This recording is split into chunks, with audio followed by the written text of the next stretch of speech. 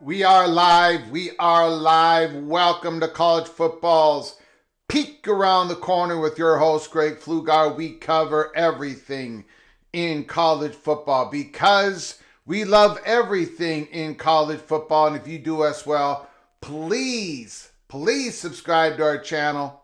Smash the like button. Ring the notification bell. Share the video. If you want to support this independent national college football's Rebel Outpost channel with a donation to help us keep the lights on and grow the channel, just hit that $ where you make your comment and I'll get you super chat as quick as I possibly can. Welcome everybody into the studio that sits on the corner, the very corner of Keith Jackson Parkway and Kurt Gowdy Avenue. Do not be afraid. Do not be afraid to become a legend with your comments and with your phone calls. A lot of people have been asking about it. Greg,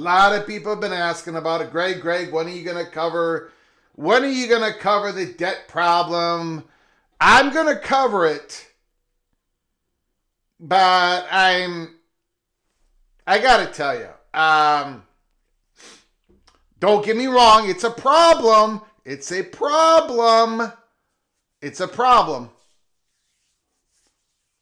Some of these athletic departments have bigger debts than others. It's a problem. But first of all, it's a very dry subject to talk about. I'm going to go through a little bit of information on both Florida State that was talked about today and Rutgers that was talked about 6 or 7 days ago. But it is a dry subject. Numbers. You know me. I am the original Minnesota moron. Minnesota math. None of this computes with me. All right? So how much can I really talk about it? So we're going to go through a little bit of it. I really wanted to do it because people have been, Greg, why aren't you talking about it? Greg. Well, it's important, but I don't know how important it is. It's important, like, for example, when we talk about Florida State, it is probably a big reason why Mike Norvell is still the head coach, right? Right? Because of the money issues of Florida State. But then again, how do you measure that? I mean, Florida State has invested in renovations, and they're investing money in a lot of things. And okay, that's debt, but it's also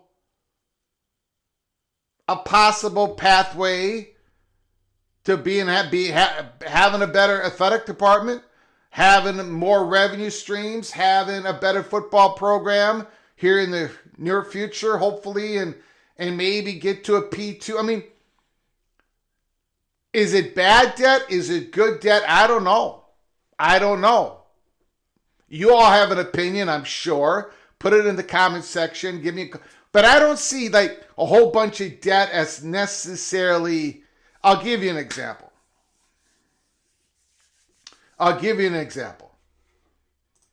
The Minnesota Golden Gophers had to go $200 and some million in debt when they built the Huntington Bank Stadium. Right? That wasn't, we did not have that money. It's not like Northwestern where they're building the $900 million stadium and it's debt free. No, we've got debt payments every single year on that stadium. Is that bad debt? There's still a lot there. There is still a lot of debt to that stadium, but we had to get out of the Hubert Humphrey Metrodome. We didn't have a choice. And it's a beautiful stadium. Is that bad debt? It's still on the books. There's still a debt line when it comes to expenses every single year. That football stadium, you got to pay that debt. You got to pay that financing. But that's what Florida State has done. That's what some of what Rutgers has done. The numbers are huge. They're massive.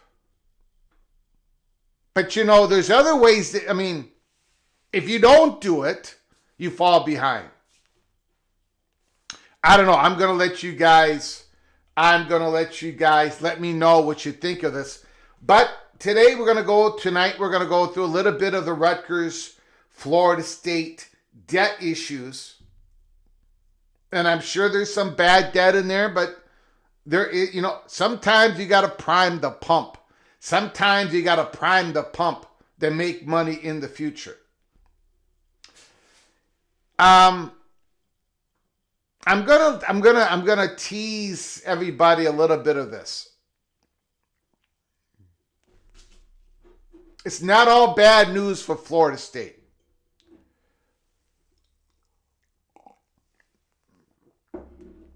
I don't know how much, financially,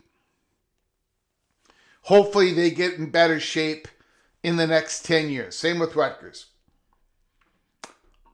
But I have been working on something here. When we talk about the value of these football programs, I think the value of these football programs overall are going to have a slight to moderate adjustment.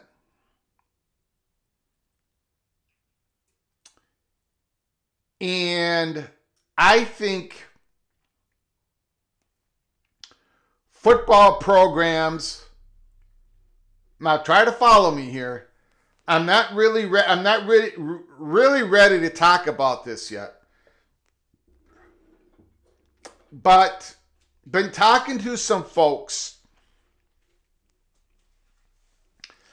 and this new way of measuring viewership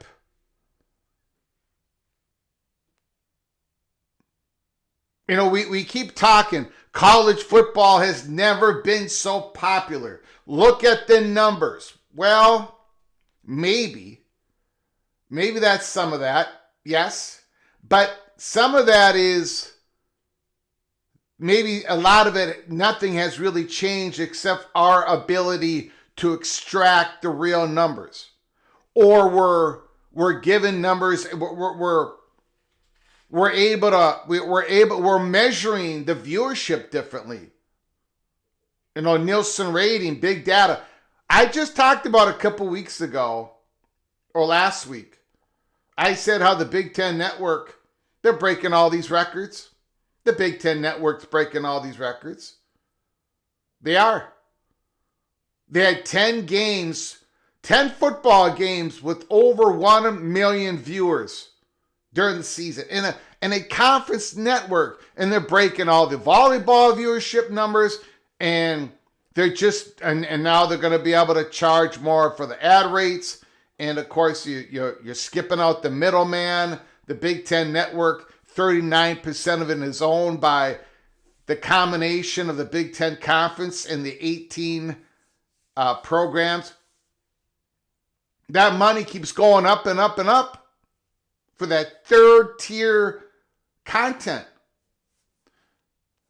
Well, maybe the Big Ten Network, maybe it's not it, because remember, the Big Ten Network is Nielsen rated. The ACC network is not. The Southeastern Conference network is not. The ACC, none of the other conference networks, but the Big Ten Network is Nielsen rated. And now they're benefiting from this new Nielsen big data to incorporate viewership, a new way of counting the numbers. And I don't completely understand all of it, but I do know that for a lot of live sports, the viewership numbers are going up. Up. They're really going up. They're truly going up in locations that are football crazy, but from smaller rural areas of the country.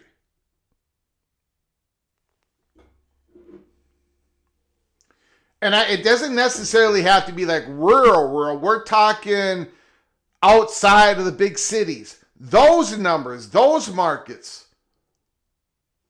are really going up when it comes to viewership of college football.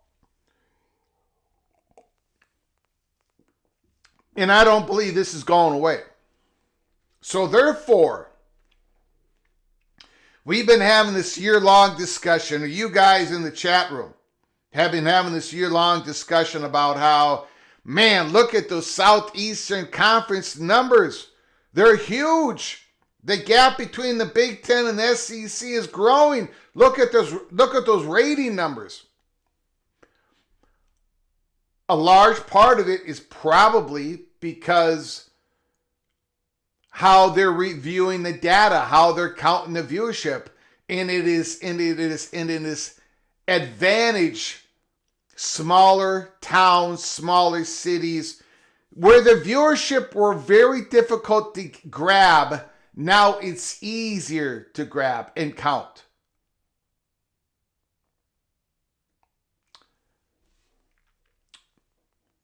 So, I believe, and I don't know why I went off on this. I apologize. Ricky Tungate, I saw you 5 gifted memberships. But let me just roll with this for a second. Thank you, Ricky. I'll get to you 5 gifted memberships. Thank you so very much. I appreciate it, Mr. Hoosier. I guess what I'm trying to say is the Southeastern Conference has probably been undervalued, even though they're rich, even though they're filthy rich, even though they're just getting that new tier 1 media money. But they're probably even more undervalued now than ever before. This big data collection of the Nielsen rating are now able to more efficiently grab the viewers within the southeastern part of the country and other parts of the country and other parts of the country. So I guess what I'm trying to say is eventually the Southeastern Conference is going to be able to use that Nielsen rating for their tier 1, tier 2 content, the numbers, the results, and they're going to be able to make bigger bucks on that. You know, the Football Frenzy South, their viewership, the true numbers have had a wet blanket over them for decade after decade. Now the true number is starting to appear. Or we believe it is. But that also gets to the point of the drive and incentive of the Big Ten to get into the southeastern part of the country. And it also, now I'm going to be talking about Clemson and Florida State. I'm just saying, there's been a sea changed in the last year.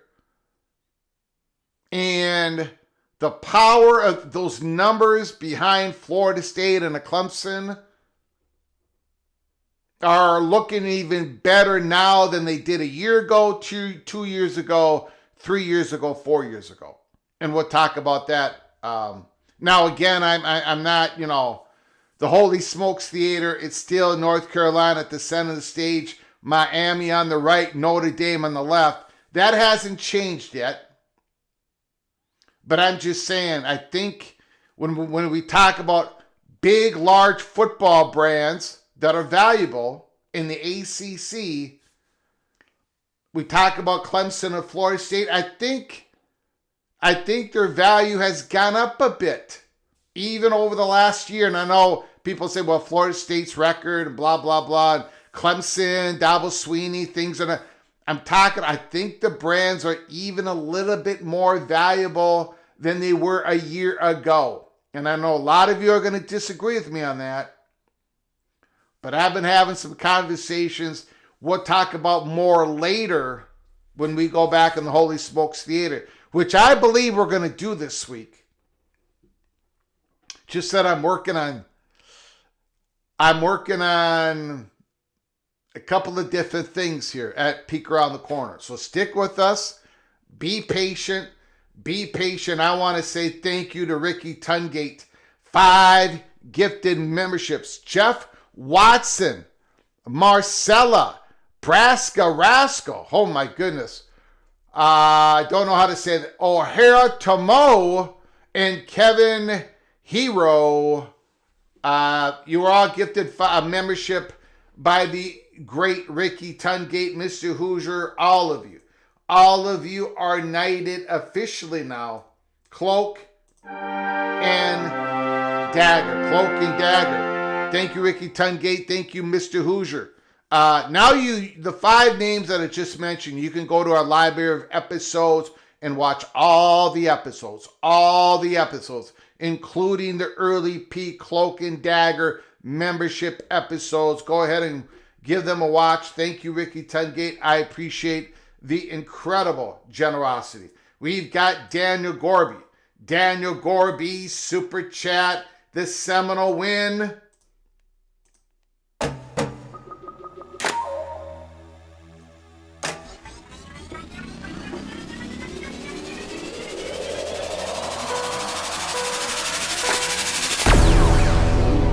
Daniel Gorby, Nielsen changed how they measure. That's in part why college football viewership went way up this year. Soon they'll be able to measure viewership by the cell phone. Thank you for the $10 holler, Daniel Gorby. I very much appreciate it. And again, there's certain advantages, both sides of the ledger. In some of the bigger markets where there's disposable income, the national advertisers love certain markets, right? Like the Big Ten does not have to garner the same ratings as the SEC to be as valuable to the advertisers as the SEC. The numbers don't have to match. But that's already been baked in, right? Certain markets, the demographics, that's already been baked in. What the new bacon, the new ingredient when it comes to baking the cake is the new way of Nielsen measuring viewership. And the new way is favoring the football crazy, smaller towns, hard to get to, more rural,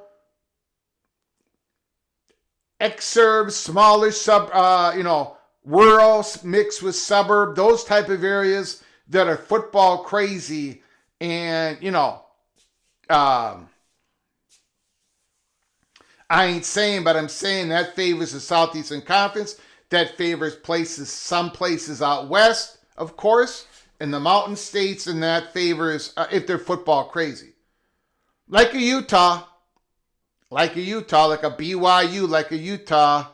We talked about that. I mean, this new Nielsen rating, the way they are able to incorporate viewership, the way they're counting them, that helps the parts around North Florida, the Panhandle, Tallahassee, Clemson area, South Carolina, even the upstate. Well, okay, I'll thank you for the $10 holler, Daniel Gorby. That's not what this show's about. But I got off on a tangent. Let's do a roll call here. Bruce Harris is in the house. Don Scruggs is here. Nick Kelsel, AMAC, Stephen McNeely, MBM, Go Pokes. Nick Kelsel. Greg, should there be any worries about Florida State's huge athletic debt that came out today? Yeah, there should be.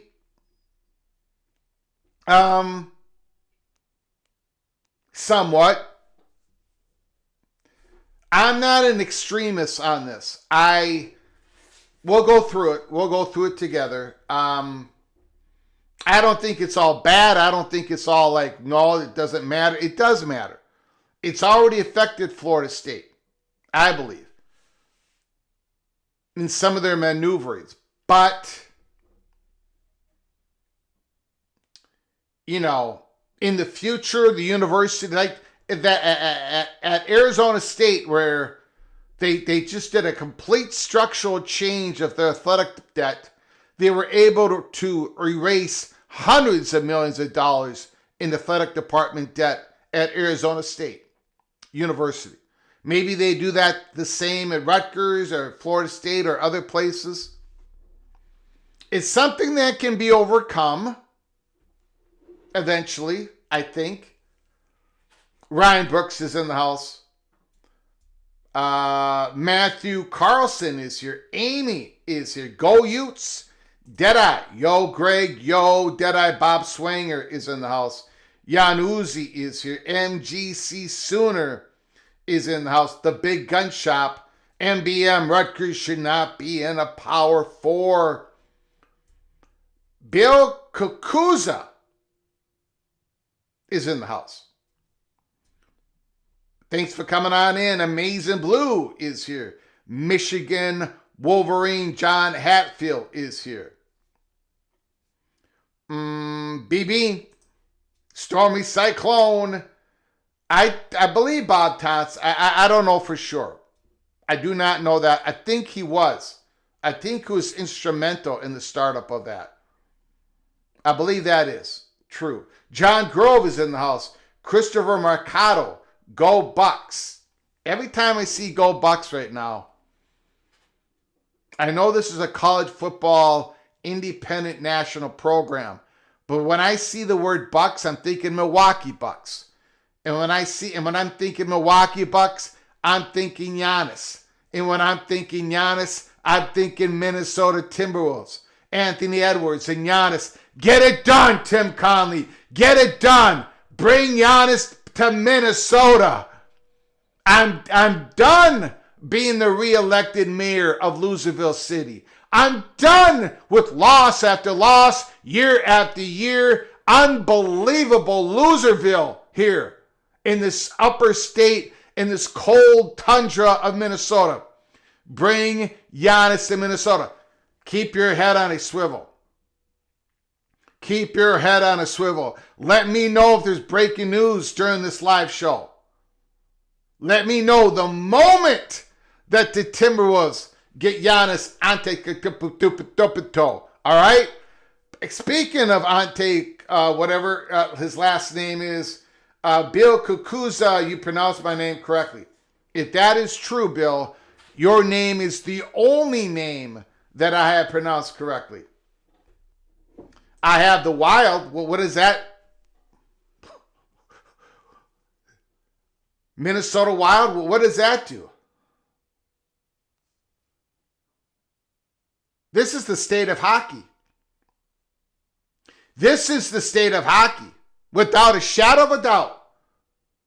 We put the most players, the most men players in the NHL, in college, the most women players. This is the state of hockey. We have the most high school teams. We have the biggest attendance. This is the state of hockey. And how many Stanley Cups has the state of hockey won? Let me know in the chat. Any of you Einsteins, can you answer the question?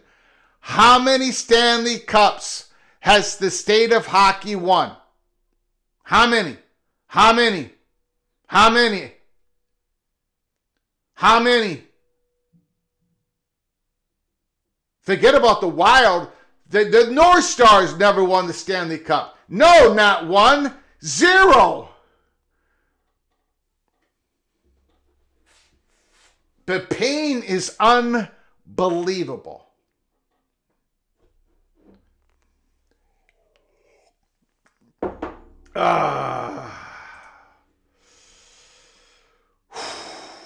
Okay. He might be going to Miami. Giannis might be going to Miami. Tampa Bay has 3. Tampa Bay probably has 3 indoor rinks, I'm guessing, in the whole city of Tampa. Minnesota, you cannot go 2 blocks without running into an ice rink in somebody's backyard, in the parks, in the high school arenas, all over the place. The Minnesota Golden Gopher hockey program they just announced it a week ago, $9.57 million in revenue.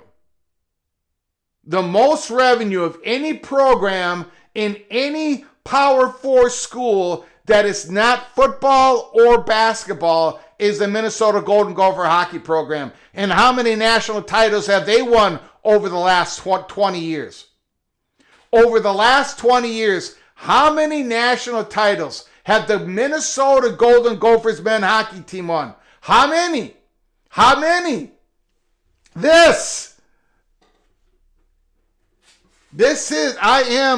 I tell you guys, and I know you guys roll your eyes. I know you guys, Greg, he's got issues. Greg has got the fat guy from Minnesota. He's got no self-value.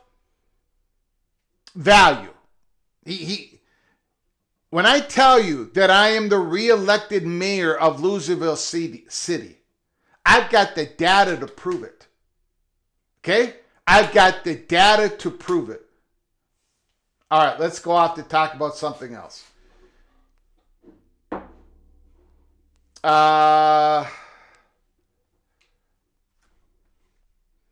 Yeah, Minnesota State and Minnesota Duluth. Yeah.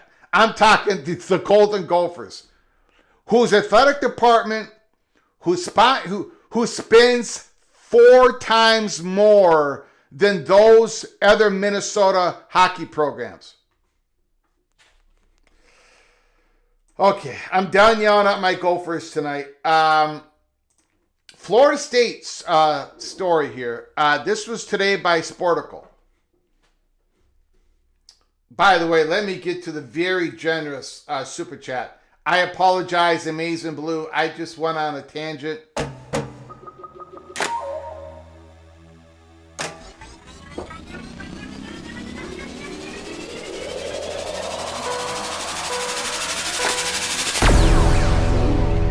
I'm sure it hurts to be the state of hockey and lose to Michigan in college and pros, but I'm a Browns Guardian fan, so I feel your pain. Thank you for the $5 holla, Amazing Blue. Thank you very much. Now again, Amazing Blue, let's be honest here. Let's be honest. Since the Big Ten Conference, the men's conference since the Big Ten has had a men's hockey conference, the Minnesota Golden Gophers have won the most Big Ten championships. By far. It's not even close. Way more than Michigan. But, it doesn't matter.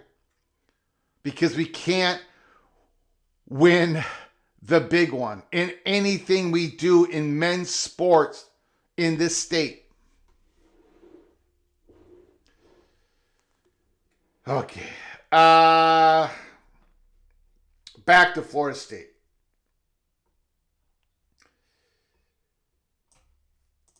Florida State became college sports debt king for fiscal year 2025. Daniel Levitt, Sporticle. And we're just going to go through a little bit, all right? There are a lot of numbers. It's going to be dry. We're going to get through it together, all right?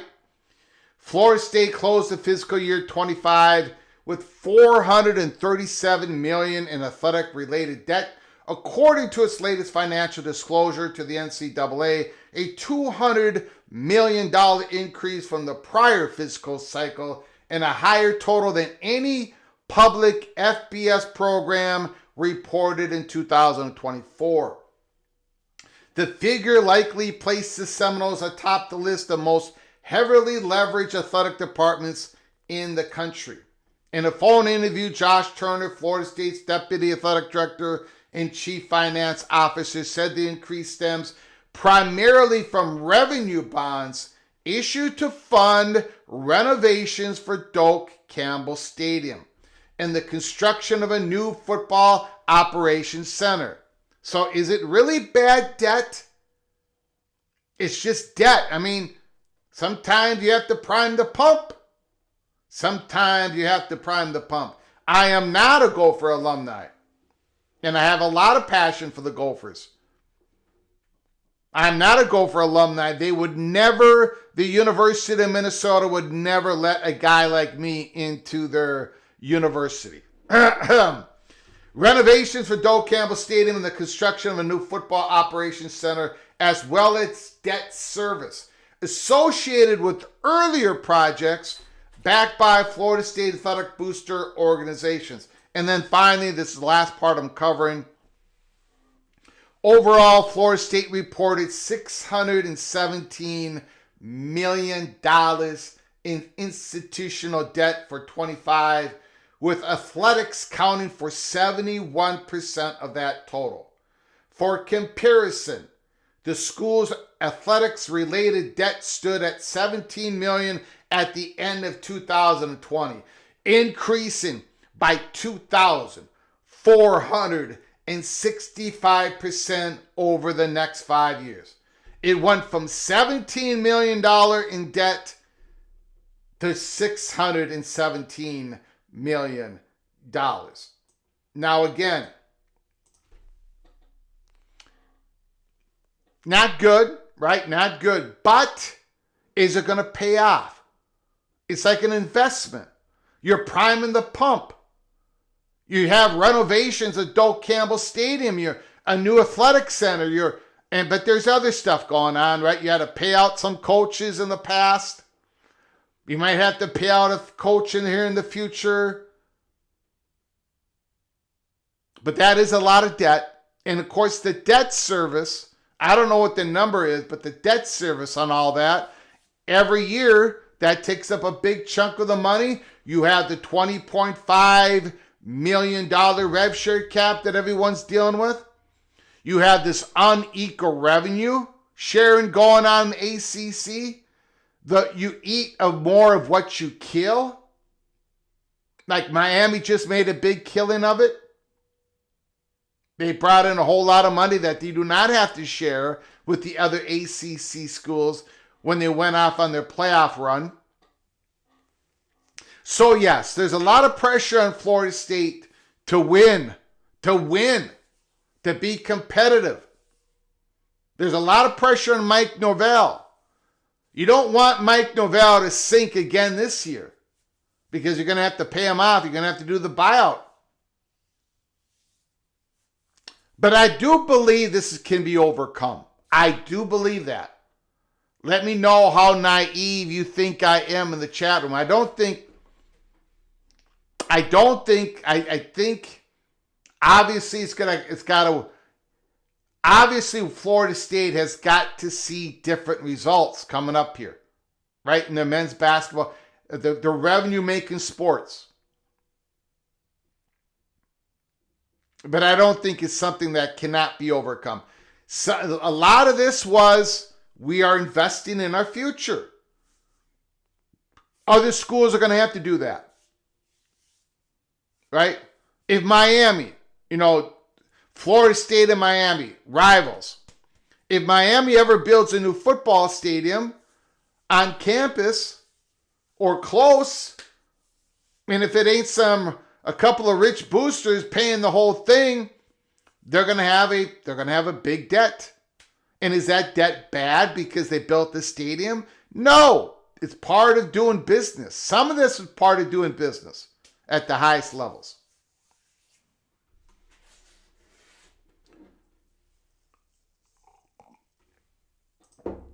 Yeah, and they're also going for AAU, right?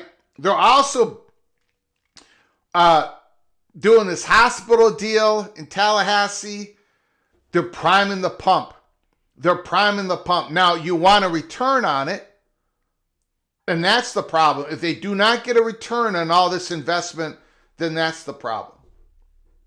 But they're definitely priming the pump. Daniel Gorby says he is not concerned. So Florida State is magically going to become physically responsible. No, they're not. That's not what I'm saying. They would bring in more revenue in, that's for sure. But is it? Not all of this debt was physically irresponsible. They're doing what other athletic departments have done. They've invested. Some call it an investment when they like how the money's being spent. Some people call it irresponsible debt spending when they don't like how the money is being spent. We've got a super chat. Preston from North Carolina. Yes, some debt is definitely responsible.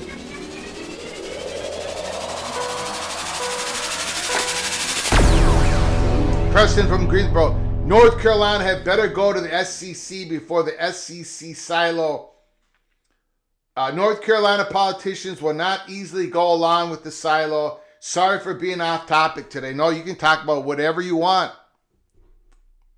That is the rule. In a super chat, most definitely. In a phone call, most definitely. There's nothing off topic on super chats and phone calls. Like I say, when you call in, I say the floor is yours. Talk about whatever you want.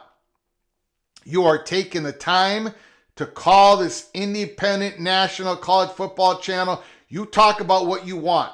Just like when we do watch parties. When we do a watch party, people, when they put comments in, because I've had people say, is it all right? Is it all right? What if I'm a little bit ahead of you? What if I'm a little bit ahead of somebody else? Do I have to wait to make the comment like other watch parties on other national YouTube channels? No! If you see something in the football game, you put in the chat room. Let the other people deal with that. No, you as a PATC family member, you've got control. When you call in, you talk about what you want to talk about. When you do a super chat and you are helping us keep the lights on and grow the channel, you talk about what you want to talk about. Now, going back to Greensboro, North Carolina's comment here, Preston.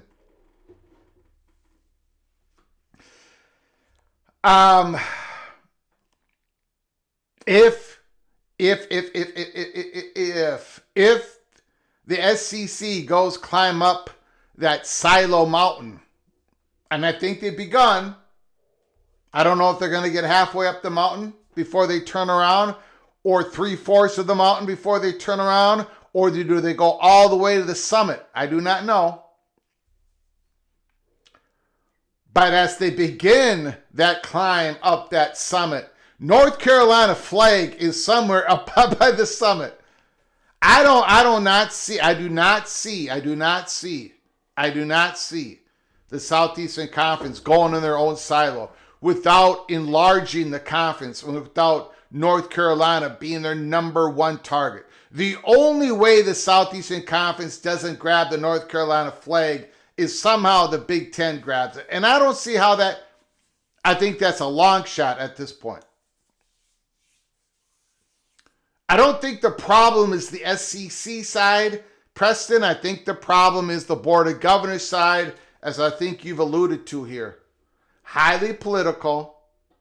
They have a lot of constituents that are outside Chapel Hill, right? And that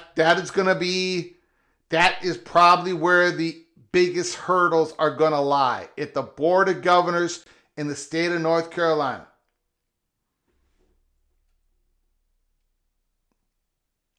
You raise a very good topic. Thank you, Preston, Greensboro, North Carolina, for the $10 holla. I appreciate it very much. Yes, absolutely. Some debt is responsible. I just gave a great example of the Huntington Bank Stadium, the beautiful football field of the stadium of the Minnesota Golden Gophers. We had to build that stadium. We had to go into debt. We might have been kicked out of the Big Ten. I mean, we had to build the stadium. That's good debt. There is good debt. Not all debt is bad debt. Florida State will be fine. Why does Greg always have a smirk when he talks about the SEC?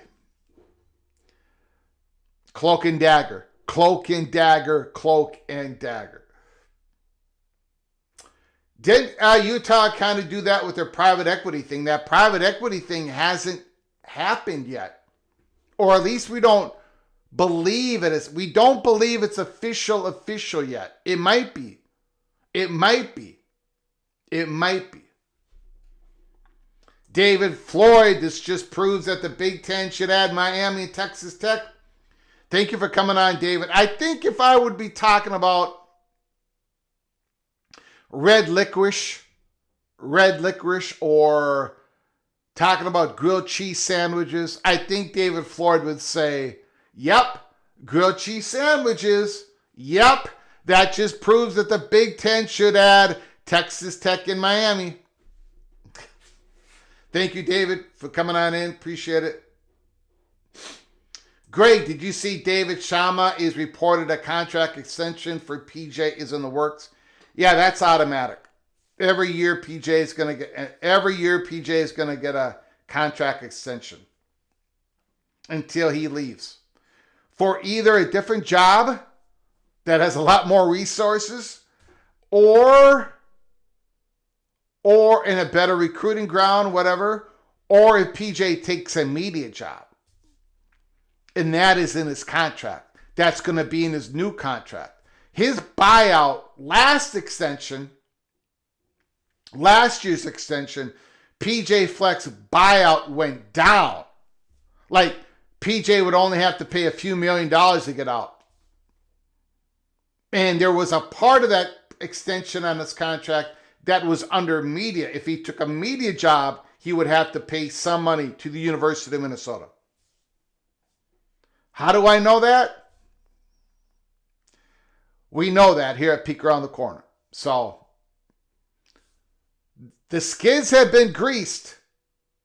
The skids have been greased. If PJ want to leave, it would not take much. Amy, Utah legislator, wants to see the paperwork and info on why the university is doing this. Yep.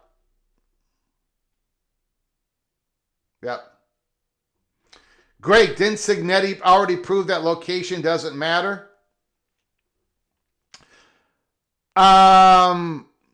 Sure, I guess. I would not equate Indiana's location to Minnesota. If Indiana had a hockey team right now, if they built a hockey program, you could not equate Indiana's hockey program, their location where they can recruit versus Minnesota. Obviously, Minnesota is the best place to recruit hockey players. There's only one Power 4 program that has less. There's only one Power 4 football program that has less 4- and 5-star football players in a 300-mile radius from the school than Minnesota. There's only one. And that's Oregon.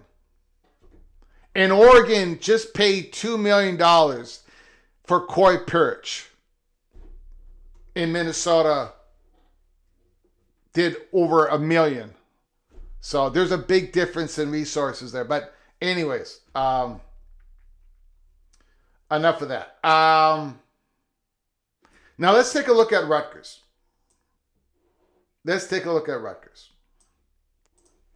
People have been saying, Greg, why don't you bring up Rutgers? Well, we're doing it tonight.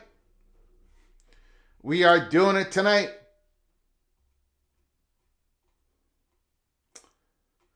Rutgers reportedly lost over $500 million since they joined the Big Ten. Rutgers' Big Ten move promised growth, but new reports reveal a $516 million deficit, exposing the rising cost of Power Conference ambition. What about Boston College, Januzzi? I don't know. I read that somewhere on a report. Only Oregon, but maybe, Boston College. Whatever. I think you all get the point. Indiana's got a lot of football players around the 300-mile radius of Bloomington. Minnesota, we've got a couple of football. We've got a handful. We got 5 or 6 every year. And we've got like 100 hockey players every year. In 2014, Rutgers joined the Big Ten in hopes of greater exposure and revenue potential. But recent reports paint a different story. According to the insights, the Scarlet Knight Athletic Department has accumulated a staggering deficit exceeding $516 million over the past 11 years. The record-breaking shortfall in 24 and 25. A recent report by NewJersey.com written by Keith Sargent revealed that the 2024-25 fiscal year Rutgers Athletic Department recorded $78 million deficit. $78 million in 1 year. Total expenditures reached nearly $194 million, an 8.7% increase from the prior year. Revenues only hit $146.6 million, padded by a record $61.3 million from the Big Ten media rights and a $10.7 million from bowl revenue sharing. And I'll get back to that in a second. However, some major costs drove the gap, which includes a $46.1 million in coaching salaries, $31 million for support staff and administration, $23.1 million in scholarships, $14.4 million in facilities debt, which is a lot. That's a lot. That's more than Minnesota pays. $13.5 million for team travel and $8.4 million for student athlete meals. $47.2 million operational shortfall required an additional support, including $7 million from the university's general budget, $8 million from the state, and $15.8 million in student fees. New athletic director Zinn's thoughts on the finances.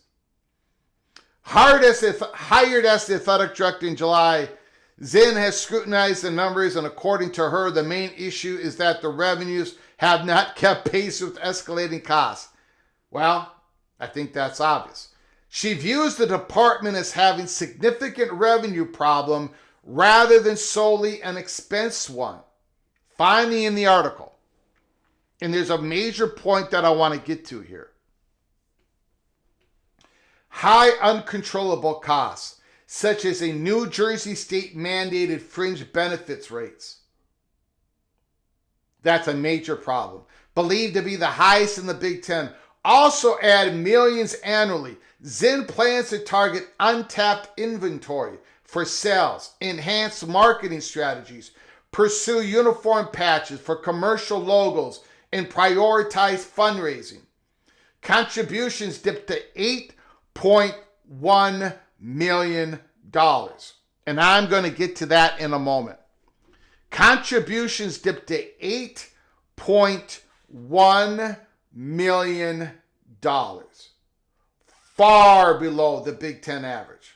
Long term, she emphasizes facilities upgrades, including premium and club seating at SHI Stadium and Jersey Mike's Arena to generate sustainable multi-million-dollar streams.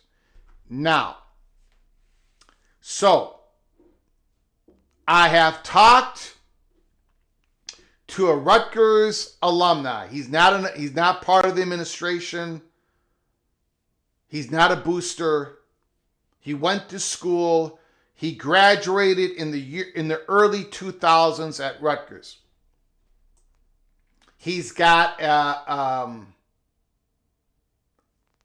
I can't remember if it's a niece or a couple of nieces and nephews that go to Rutgers right now.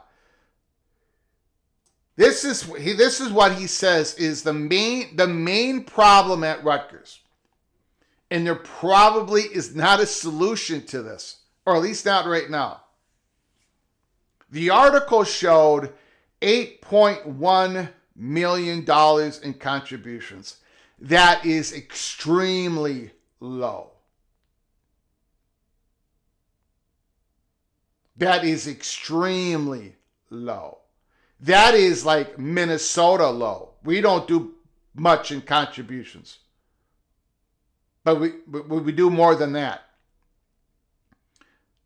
$8.1 million is really low for a large institution, population base, the number one college in the state, the only FBS, of course, and $8.1 million in contributions.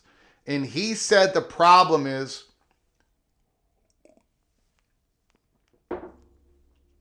two problems. One, the older Rutgers alumni base, the older ones, the ones who've had families, the ones who've run businesses, they have left the state. They have completely left the state, and they're not attached to Rutgers athletics. Rutgers is going to have to do something. They're going to have to win. They're going to have to bring these people back home. And I'm not talking back to New Jersey, but have them interested in Rutgers athletics again. The older crowd, the older alumni have left the state. But he says there's a bigger problem than that. The bigger problem is the Rutgers alumni who are in their 30s, in their early 40s, who have grown businesses, who are successful. They're not giving money to Rutgers. And he says the reason for that is pure demographics. Like the Rutgers student population 25 years ago, 20 years ago, 15 years ago, they had no interest before Rutgers got to the Big Ten. They had no interest in college sports. Very little interest. They came from different parts of the world. A lot of it, which is great, diversity. But they did not have the cultural demographics that would have them be, and I'm talking overall, I'm not talking individual people. Of course, you can be from anywhere and love your Rutgers Scarlet. I'm not, okay. But I'm just saying overall, the demographics are not the same as other Big Ten universities. They did not grow up. The alumnus, the student athletes in the 2000s, in the 2012 and 13, 14, these students did not, a lot of them did not grow up in Rutgers family. They did not grow up around New Jersey. They were not invested in Rutgers sports. They just weren't. Now, this gentleman who's talking to me said, so none of these people are really even giving anything to Rutgers athletics. They're not. That's why they're lowest on the Big Ten. But he did say, look, we've had our moments. Rutgers have had their moments. They had their moments in the Big East. They had their moments with that, I forget, the great running back, number 27. The great Rutgers running back. Somebody, I forget the guy's name. Anyways, they had a great couple of years. Ray Rice. Thank you, guys. Thank you. My mind is gone. My mind is gone. Ray Rice. And they filled up the stadium. They had people invested. But they haven't had that moment yet in the Big Ten. They've had some moments with basketball, like fleeting moments where it looks like they were gonna knock the door down. Kind of like what Nebraska men's basketball is doing this year for Lincoln, Nebraska. Rutgers just hasn't had those moments. They have not. You've got to be able to punch above your weight class and then get traction. Look when Kirk Cinetti rolled into Indiana, you've seen the photos, you've seen the pictures. The first few games that Kirk Cinetti was the head coach, the football stadium was half filled, not even half filled. They didn't have money coming in. They didn't have contributions coming in. But Kirk Cinetti, with his great talent evaluation and all that he did, he punched above their weight right out the bat. And look now what's going on in Indiana. That's what needs to happen with Rutgers. They need to have that moment, a couple of moments, back to back to back. And then they can get interested. $8.1 million in contributions. It's like you're not going to be able to, you're not going to be able to match other Big Ten wallets. You're not going to be able to, you've got to boost, people have got to be invested in Rutgers athletics. So you can do the marketing plan. You can do all of this stuff that the athletic director has, a new marketing plan, bring in companies, but you got to have the moment. You got to have the moment somewhere so people can hang their hat on that moment and get interested, get excited, get passionate for Rutgers. That's a lot of money in debt. And that's not all. There is bad debt at Rutgers. There's bad debt. They've got a lot of regular. This guy explained to me. I did not understand a word he said to me, but I trust him. He said there's so many different regulations. There's so many different things you got to go to build. He said to build I forget the example. To build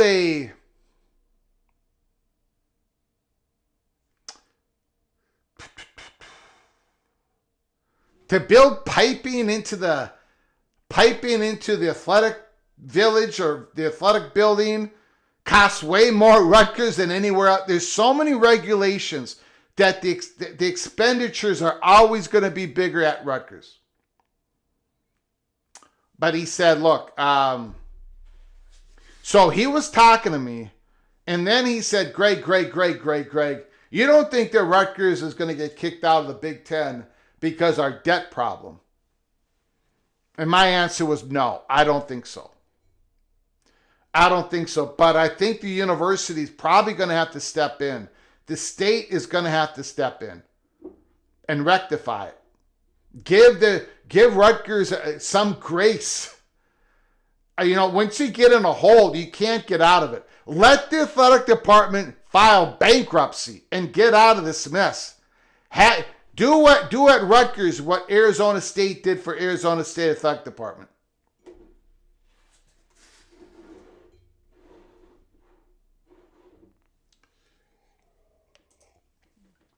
MBM, Big Ten needs to kick out Rutgers and bring on the Oklahoma State Cowboys. Wrestling is a no-brainer. We are the NCAA golf school. Taxpayer money, yeah. Yeah, give them grace. Give them taxpayer money. Rutgers had a brief run in football a few years ago. Ray Rice. Yep. Thank you for coming on in, Rich Austin. Thank you, Go Black 45. People have to realize that a lot of places with Fortune 500 companies are not lots to the state U. Those founders are from DU places usually run by grads of elite Ivy schools, not loyal. International Asian students aren't used to football. Yeah, that's one part. And I got nothing against international Asian students. My sister-in-law, who's been married with my brother for over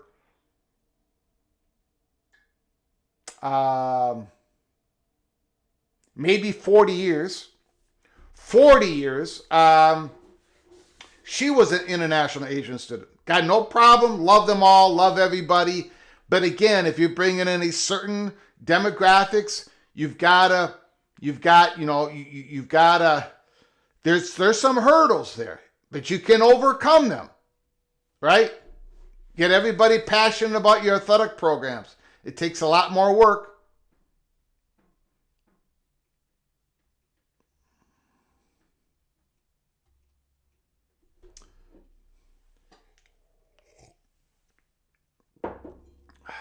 All right, give me a moment, guys. Give me a moment. I just want to, first of all, I want to thank Ricky Tungate again for his 5 gifted memberships.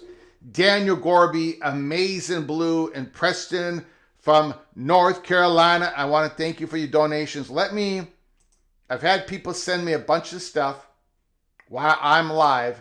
So give me a break. Give me a moment. Okay, I will hit that next. Hold on. I will go to that next. Again, I'm asking you. I'm pleading with you all. Okay?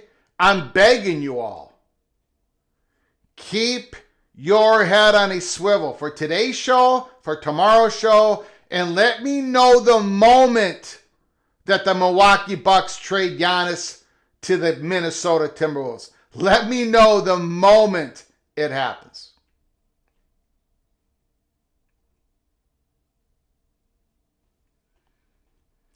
I did see that James Harden was traded. The Los Angeles Clippers are trading James Harden to the Cleveland Cavaliers for Darius Garland. I did see that, but that's not what I'm looking for. Um,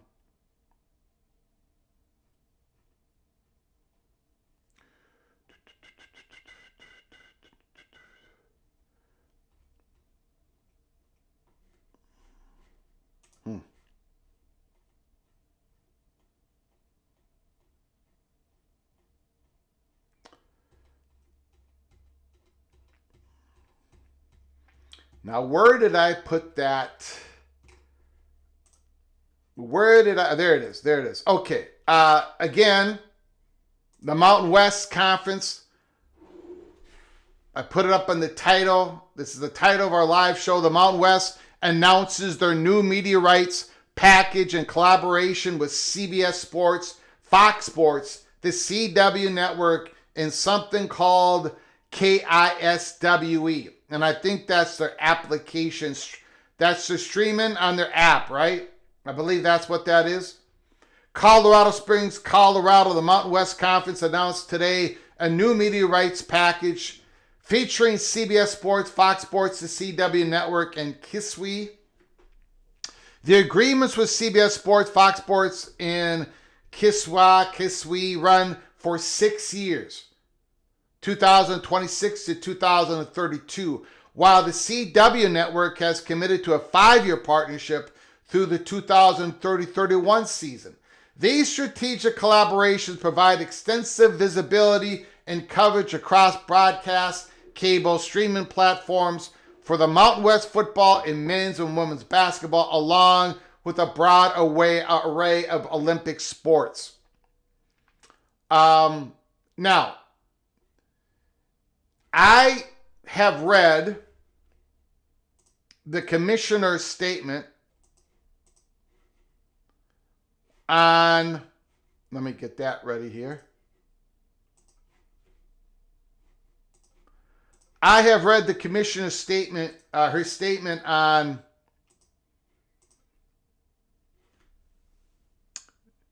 no Mountain West program, football program, during the life of this media deal that was a Mountain West football playing member before the Pac-12 poached, the new Pac-12 poached. Nobody's going to make less money than previous deal. So nobody's going to make less. But it sounds like nobody's going to make more or that much more. You can see the next 6 years making the same $4 million. Woo! Now, they got good exposure. The Mountain West Conference got good exposure in this deal. About as good as you can possibly get, I believe. But, man, that money is very, it's not, and I don't know if it's, I don't know when the commissioner, when she said this, that nobody's going to make less than they previously did, like a UNLV, for example. I don't know if it's because they're going to get paid in reserved or if they anticipate that they're going to win in the courts against the Pac-12 when it comes to poaching. You know, the Pac-12 is supposed to pay the Mountain West. So we really don't know, like, how much of this is the Mountain West media deal or how much of it is projected payments from the Pac-12 deal or reserved.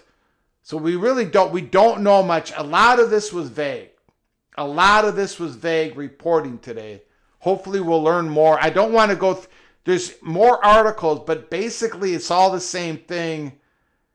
The Mountain West payment, not more, but not less than they previously made. But I don't know. It's going to be very, very difficult for the Mountain West, I believe. I think the Pac-12's got an edge on them, and we know the Americans got an edge on them. Hopefully for the Mountain West schools, that conference punches above their weight. Sort of like what James Madison did for the Sun Belt last year. Evil Badger, $2 holla.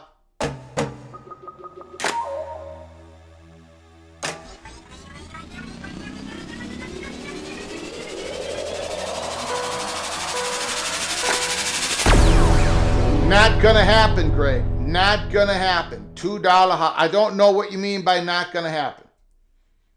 But thank you, Eva Badger. Thank you, Ryan Willie, for your generosity, for popping on in. Appreciate it, sir. Appreciate it, my friend, but I don't know what you mean by that. Not gonna happen. Oh, you're talking about Giannis. It is gonna happen. Do you know why it's gonna happen, Ryan Willie? Do you know why it's gonna happen? Do you know why it's going to happen? 2 reasons why it's going to happen. Giannis wants to play with Anthony Edwards. So he's telling the Milwaukee Bucks, send me to Miami or send me to Minnesota.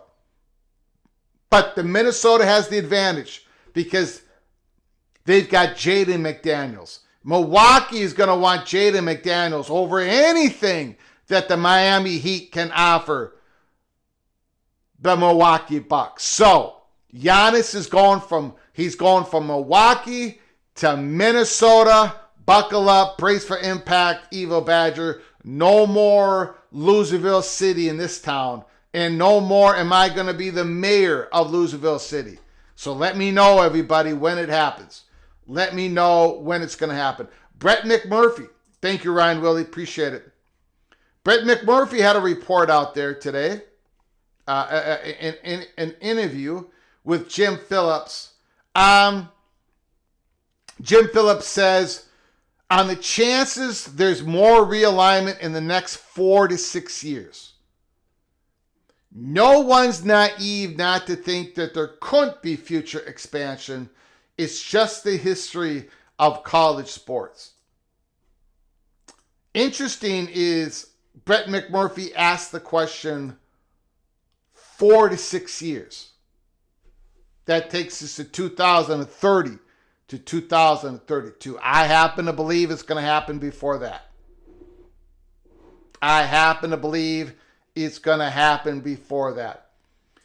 Eva Badger, how many first round picks, Greg? That all depends. If the Milwaukee Bucks want the picks more than Jaden McDaniels, then what the Timberwolves are probably going to do is send Jaden McDaniels to Portland and get 2 of the Milwaukee's original first-round picks, get them back to give them to Milwaukee. So then Milwaukee's going to have a couple of first-round picks, right?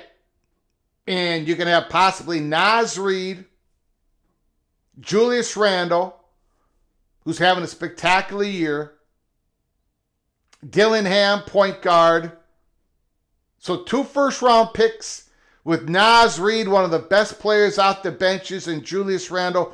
Or you're going to get Jaden McDaniel, the guy that the Bucks really want, and you're going to be able to get maybe 1 first-round pick from us, along with a Naz Reid. But Julius Randle's going to have to go somewhere else. Minnesota or South Beach in February, it is an easy choice. Minnesota. Because Giannis wants to win world championships. He's got one. The reason why he's not going to Golden State is because he sees the age of Golden State and he wants to win. He doesn't want to go someplace and go, okay, let's try to win one.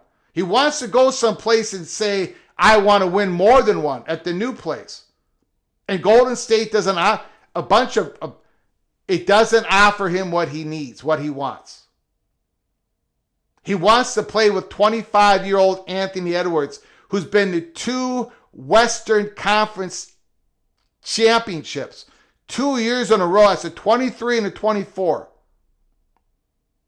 You get Giannis and Anthony Edwards together, along with Rudy Gobert, along with you're going places, baby. You're winning the world championship. Miami, who does Miami have? Who are they going to have after they trade their assets to get who they have? You got to send Hero off. Miami's got nothing. Let's go.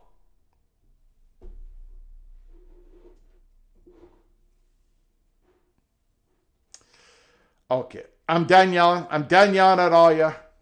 Just let me know when it happens. Okay, we are going to open up the phone lines again. The floor is yours. Talk about anything in college football that your heart desires. I thought it was interesting that Brett McMurphy asked the question 4 to 6 years from now. He did not say something like 2 to 4 years from now. Maybe that would have elicited a different response. I don't know. Not much that Jim Phillips could say. Jim Phillips also said that the relationship between the ACC and Notre Dame is just fine. Everything's good. Everything's fine. Don't worry about it. Don't worry about it. Everything's good between the ACC and Notre Dame. So we covered a lot here in an hour and 15 minutes. We talked about the debt that people wanted to talk about, kind of a dry subject, but we had to talk about it, and we did. Rutgers, Florida State, and a whole lot of other programs are in the same situation. Maybe not to the extent of these two programs.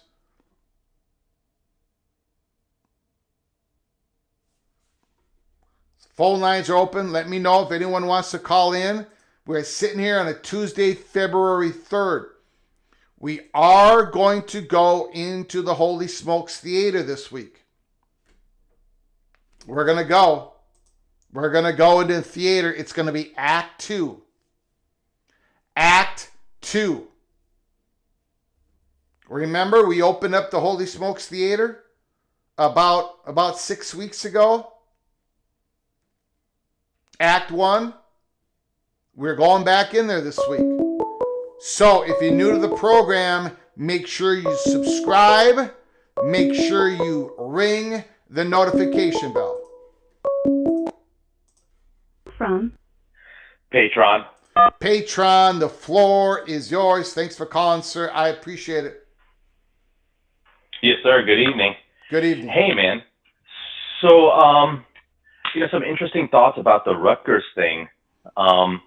The first one is, Greg, like you talked about how the college football programs, college football is sort of the front porch of the university.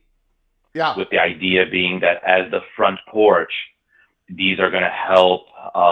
It's like free advertising. Well, it's not free, but it's like advertising to promote your university to help stimulate enrollment and avoid that enrollment apocalypse. And I really like that front porch analogy, Greg, because it reminds me when I was in college, like, the fraternities, all the fraternities, we would compete, to recruit different freshmen. And the freshmen are like influenced by what they see on the front porch, right? Yep. Which front porch looks like the most fun. And you know what? One of the best things to put on your front porch is like free beer, right? Yeah. Free, cheap beer to get the freshmen. And so what this analogy is that one of the best things to help boost your enrollment in today's environment is cheaper tuition. And you look at a program like Rutgers, it's pretty expensive, Greg, for a state school. Like all the education in New Jersey is expensive.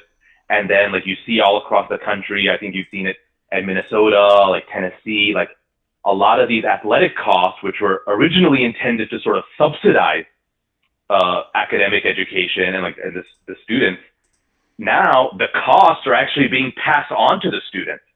That's like just another thing for them to have to pay for. I think you saw it in the article, right? Like they're passing down so many millions in the form of student fees. And so as the cost of education at Rutgers goes up, it's interesting because like somebody in the chat pointed out that in New Jersey, when it comes to those like familial roots, there's a lot more like Penn State, Notre Dame, Michigan, that type of thing. Now, what you have started to see is a lot of these Pennsylvania, New Jersey kids, they're going to SEC schools, for a couple of different reasons, one of which is cheaper cost of tuition. Like if you have like similar grades in the Big Ten, you may not be able to get a good financial package. But if you have the same grades, you go to an SEC school, you can get a pretty decent financial package.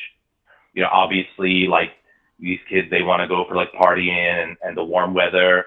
And then I've even read articles that suggest that, some families from the Northeast actually prefer to send their kids to other parts of the country to sort of get out of that, socio-political bubble as well. But the biggest one is like the cost of education. So I kind of think that this problem of the donor base not being able to contribute may actually get worse over time. And the second thing I was going to say is when we talk about like the changing composition of the donor base, part of it is like international students, Asian, Indian, stuff like that. But one of the things I was thinking about, Greg, is that the biggest change to the composition of the alumni base in the future is actually that it's going to become more female.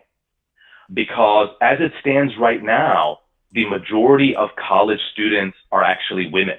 It's like over 55% of college students are women, which was not the case, 20, 30, 40 years ago.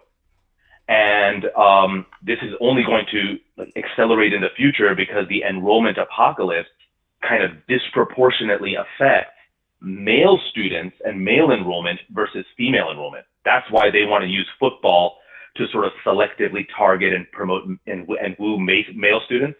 Mm-hmm. And you can see this, for example, with the Big Ten, because as you mentioned, the Big Ten is heavily promoting women's sports on Big Ten Network because they know that in the future, the average Big Ten graduate may be more likely to consume the women's sports over football. And, I don't want to generalize, but, given the cost of like tuition is going up, a lot of these students are going to be saddled with debt. I don't see, college educated women as being the type of demographic that's going to significantly donate to support like football and stuff like that. If you look at like a Penn State, they paid James Franklin, like $70 million for a buyout. I think it's going to be tougher and tougher to get that type of money from your donor base in the future.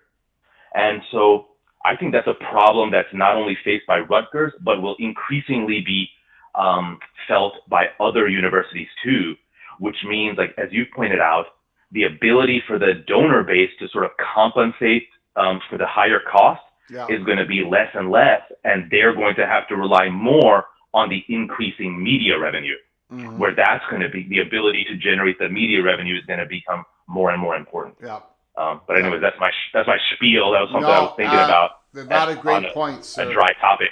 No, a lot of great points. Especially the female part. Yeah, that's very important. I appreciate it, sir. Thank you, man. Great call. Call again, Patron. Always great calls from Patron. Always great calls.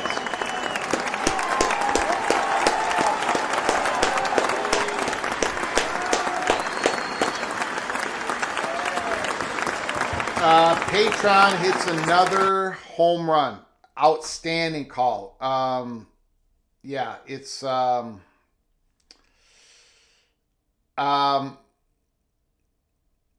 right, people in the chat room, don't rip on each other personally, please. Don't rip on each other personally. You can disagree with each other. Just relax. Relax, everybody. Relax. Here is the playoffs dates for next year. And of course, they're ridiculous, right? The quarterfinals for 2026, 2027, December 30th, January 1st. The semifinals is 2 weeks later, January 14th, January 15th. I don't get it. I don't know what's going on. So we've got to fix. That might be the most important item to fix is the calendar. If you fix the calendar, maybe that's the domino piece that has to fall first. 2 weeks in between these, it's taken like 39 days to go through the playoffs of next year. I think that was what I read. 39 days. That's unbelievable. For how many playoff games? 11. That's incredible. There'll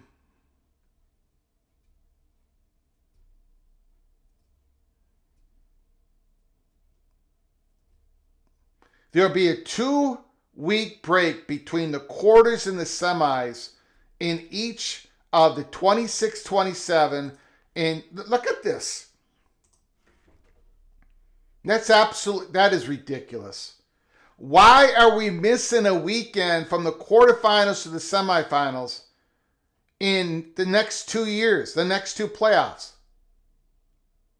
Why are we doing that?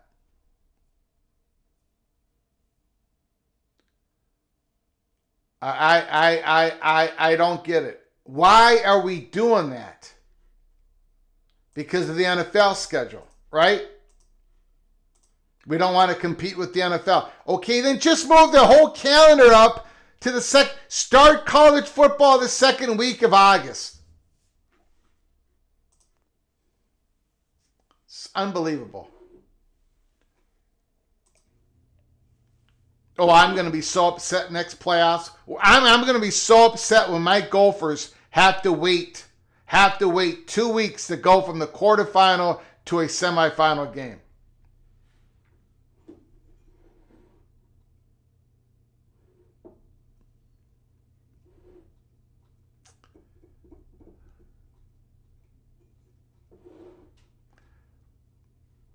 All right, I do want to say thank you once again. With Ricky Tungate, thank you for the 5 gifted memberships. Daniel Gorby, Amazing Blue, Preston from North Carolina, and Eva Badger. It doesn't look like anyone else wants to call, so I'm going to take the phone off the hook. I'm going to give one more look around to see if there's any reports, college football reports. Again, we are going to go back in the Holy Smokes Theater this week, so make sure you're dialed in. Make sure you got your head on a swivel. Make sure you have yourself notified. Ring the notification bell. Anytime we come on, you should get notified by YouTube, because we don't really know when we're coming on live tomorrow. It could be in the morning. It could be in the morning. It could be in the morning. Or it could be late at night or any time in between. So get yourself notified. I appreciate you all joining us. I really do. Thanks for the phone call, Patreon. Thank you for your generosity. Ryan Willie, Preston from Greensboro, Amazing Blue, Daniel Gorby, Ricky Tungate. Thank you, Son of Sarah. The Big Lubbock came in. Buckeye Greg came in. Appreciate it. Appreciate all of you. Until next time, which is going to be tomorrow.